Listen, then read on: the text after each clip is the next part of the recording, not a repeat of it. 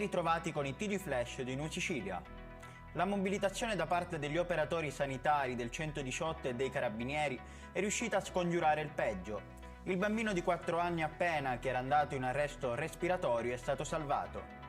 Il bambino è stato colto da un improvviso malore mentre si trovava nella sua abitazione nella serata di domenica, è andato in arresto respiratorio e si è veramente temuta la tragedia.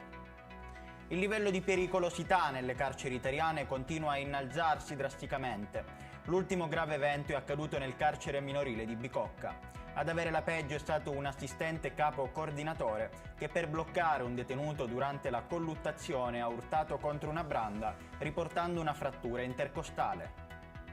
I carabinieri della stazione di Calatabbiano hanno arrestato un 42enne di Paternò per il reato di atti persecutori nei confronti dell'ex fidanzata, una 53enne del luogo. La donna aveva infatti informato i militari dell'Arma della grave situazione di disagio che stava affrontando da qualche mese a seguito della decisione di interrompere la relazione sentimentale con l'ex. I carabinieri di Librino hanno arrestato una 36enne pregiudicata e denunciato il figlio minorenne per il furto aggravato in concorso. I due avrebbero rubato diversi articoli di profumeria grazie all'aiuto di un oggetto magnetico chiamato splaccatore, ossia il distaccatore di sicurezza portatile utilizzato per rimuovere l'antitaccheggio. Ed è tutto per questa edizione, il prossimo appuntamento sarà questo pomeriggio alle ore 16.